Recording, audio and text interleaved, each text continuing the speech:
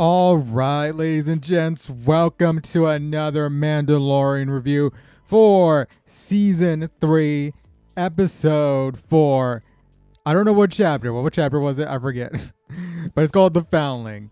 This one's called The Foundling. So I'm about to jump into this spoilers review for this episode. So if you have not seen it, better tune away now. Come back later.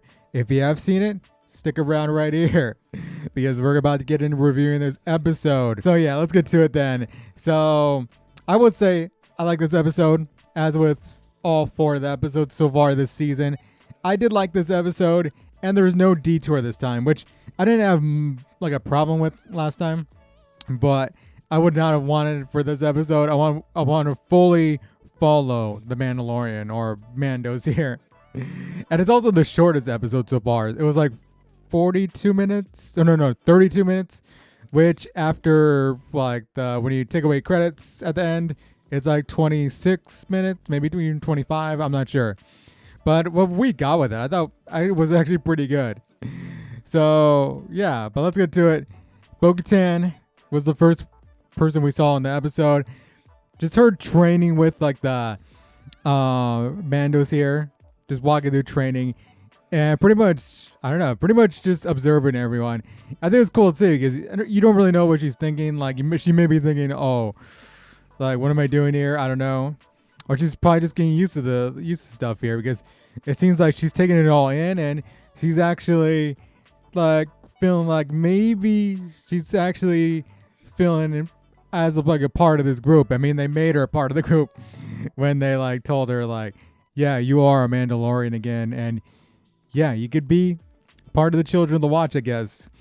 So yeah, but it's cool to see her. I mean, we kind of started with her and we ended with her in this episode, so I thought that was cool.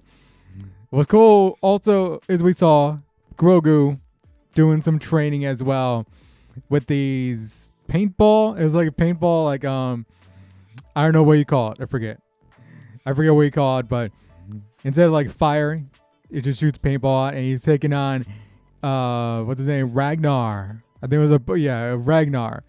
So yeah, he takes on Ragnar, but it's so cute just seeing him with that thing. And he's not unsure of himself, whether he can use his abilities or not. And yeah, so just looking at him, he's like, yeah, he's so small too. But he's still cute.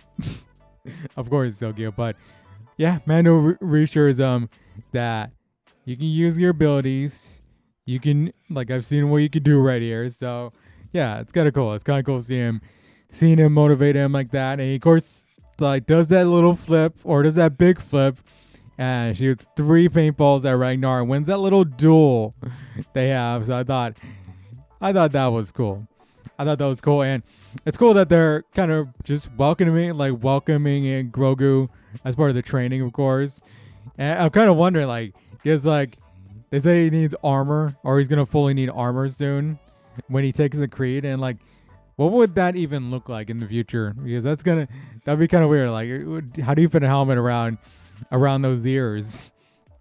But yeah, it's pretty cool that they're welcoming him in as part of the to be a Mandalorian and the Children of the Watch. And it's also like they're not shunning away his abilities, because like Mandos and Jedis used to be not too close. They used to be enemies, and now it's like, yeah, we'll take you in. There's not much of us left, so force powers, I think that's gonna be an added bonus. But like then we see, of course, after the duel though, is we see Ragnar get swooped up by this dragon creature. I didn't get any good pictures online, but if you've seen the episode, you know what they look like. They're like dragon, bird-like giant creatures, and oh boy, they were, oh man. Oh man, but it takes off. This is a great shot though. Great job, Bo-Katan and the gauntlet trying to chase after it, of course, and her following it. So I thought that's a great shot to add here. But yeah, but that creature swooped in. It was easy, and this planet is unlivable. I mean, you got these giant bird-like dragon creatures or whatever. Like when that thing came in, I thought it was Daenerys coming in on Drogon or something like that. Or Rhaenyra or whatever. Game of Thrones, like House of the Dragon vibes. But yeah, but this planet is unlivable with these giant things and with these like crocodiles in the water, of course, or these giant crocodiles in the water. And it's just like there's some logic. I'm kind of like, I don't know. It kind of gets in the back of my head. It's a little gripe here, but it's just living on this planet and having no defenses, of course, and just the way Mando's approached things and when they were going to save Ragnar. I thought it was like, okay, they're being a little too. I know they want to be stealthy, but they're taking a little bit too long here when they're going to save him, of course. But I'll probably get to that in a bit. But yeah, but the Mandos take off, of course, after that to go save Ragnar.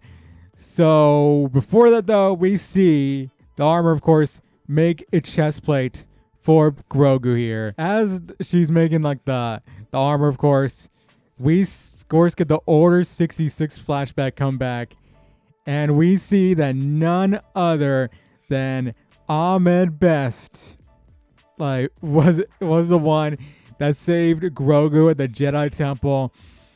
Well, like what an awesome moment. I mean, what an awesome moment. I mean, Jar Jar himself. Jar Jar himself. I mean, he played Jar Jar back in the Phantom Menace and Attack of the Clones, and I think and if he made an appearance in Revenge of the Sith. But it's so cool just to see him get redemption, of course, and come back into the Mandalorian wielding lightsabers as the character Kalaran Beck. He was in the Jedi Temple, like the kids kids game show, I think. I never watched it, but I knew he was on it. I knew he's like host of it as his Jedi, so I thought just to include him in the Mandalorian and be the one that saves Grogu is great. And he deserved this so much because he took so much abuse for playing Jar Jar back then. I mean, he looks great on the speeder bike right there. And the action scenes are pretty cool. I mean, we saw Coruscant again with like the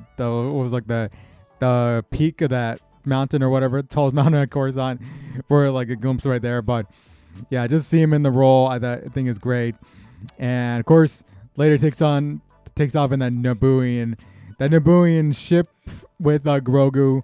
So you wonder what's gonna happen next. How Grogu's gonna be, I guess, like be where he was or whatever. And I'm like wondering what's gonna happen to Kalaran right here, Ahmed Best. But it's just cool that we got to see him there save Grogu. I thought that was like, okay, that was great. Honestly, that was great. So yeah, but we will probably see what happens next soon. But right now, back to the Mandos, of course, going to save Ragnar. But yeah, I mentioned them being like stealthy and being like kind of taking their time to go save the kid Ragnar, who is like ends up being Paz Vizsla's son. But they take like almost like 24 hours or whatever, and like you kind of figure maybe like the birds would end up eating him or whatever.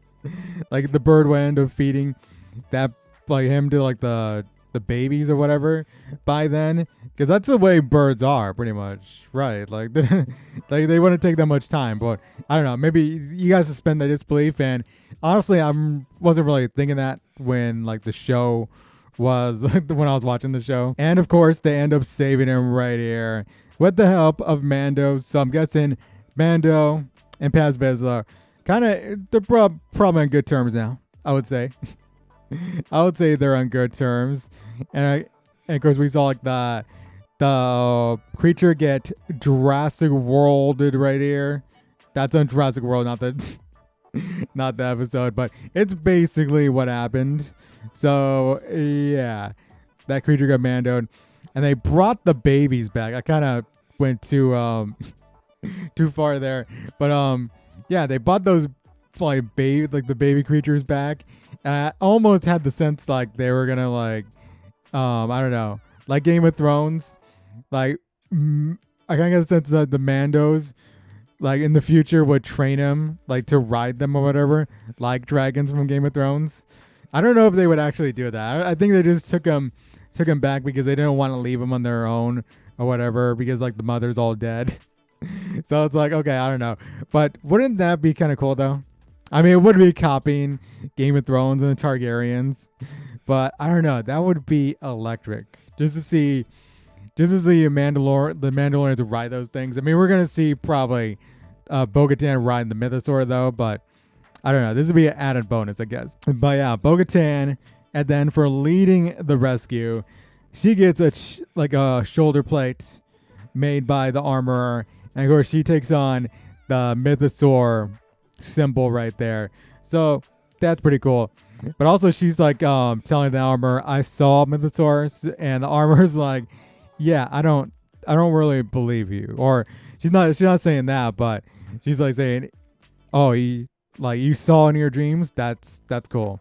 That's a great symbol. But she's telling her, no, I saw this in real life, and she's like, oh, like she's not believing it at all. So that's probably gonna give me thinking like, okay, when she does ride that Mythosaur, they are going to follow her because nobody's thinking Mythosaurs exist anymore. And so I think that's cool. And Bo-Katan, yeah, we will see her probably ride that Mythosaur. That Mythosaur right there. But for Bo-Katan, she's getting a big part in this season. And I really like that. And yeah, she's definitely going to ride that Mythosaur. I think it's going to be cool. And with the episode, of course, was starting with her. I think it's cool that we started with her, kind of getting kind of observing the training, and then her right here getting the symbol. I thought, okay, she's feeling right at home with the children of the watch right here. And also Carl Weathers, Grief Car Guy, he was the one who directed this episode. So good on him for directing a good episode here. I thought it was actually pretty good, even though I had some gripes about it with some of the logic the Mandalorians took on when saving Ragnar. But it was cool. I liked the episode. I would just say though that I hope next week we get into probably the major part of the plot for this season, because like right now we're halfway through the season and we really don't have any antagonists here. I mean, I guess we could have Moff Gideon, and that's who we may get, but it's just like there's no major major storyline for the season except for Bo-Katan, of course, probably gonna go ride the Mythosaur and probably try to lead the Mandalorians, or I don't know, Mando trying to do the same thing. So I don't know. Is that gonna be the main plot of the season? Because I hope we get into something. I hope we see some antagonists this season, or will Mando and Bo-Katan go head to head? That's what I'm wondering. Also, maybe they will kind of fight for leadership of of all the Mandos here. So yeah, we'll see. But I don't know. It's kind of a mystery. I kind of like that, but I'm kind of hoping we get into more of a bigger storyline for these the last half of this season. But overall, enjoyed the episode. I liked it. Tell me what you thought about it. Did you like it as much as me, or did you have major gripes about this episode? Tell me down in the comments below. Check out my channel for more. I'll do Mando reviews every week. And so until next time, I'll see you guys later. Rebel out.